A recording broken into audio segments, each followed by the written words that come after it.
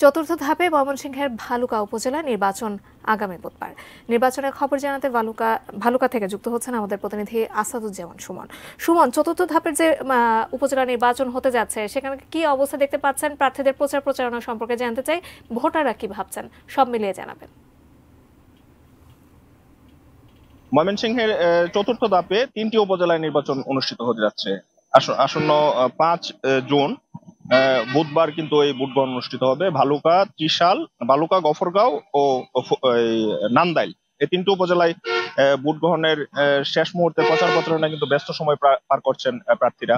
Miking এ কিন্তু দুপুরের পর থেকে সন্ধ্যা রাত পর্যন্ত একটি উৎসবমুখর পরিবেশ সর্বত্র বিরাজ করছে। পোস্টারের সংখ্যা কিন্তু কিছুটা কম। আপনার এই কিছুদিন আগে জ্বরে কিন্তু পোস্টার সবগুলো ছিঁড়ে গেছে, তারপর কিন্তু আবার পোস্টার লাগাচ্ছে। চাষটলে কিন্তু মানুষ এই যে আলোচনার কেন্দ্রবিন্দু, সেটি কিন্তু আসন্ন ভোটের আলোচনায় প্রাধান্য পাচ্ছে। সব মিলিয়ে এই ৩টি উপজেলায় কিন্তু একটি উৎসব মুখর পরিবেশ বিরাজ বিরাজ করছে সর্বত্রই।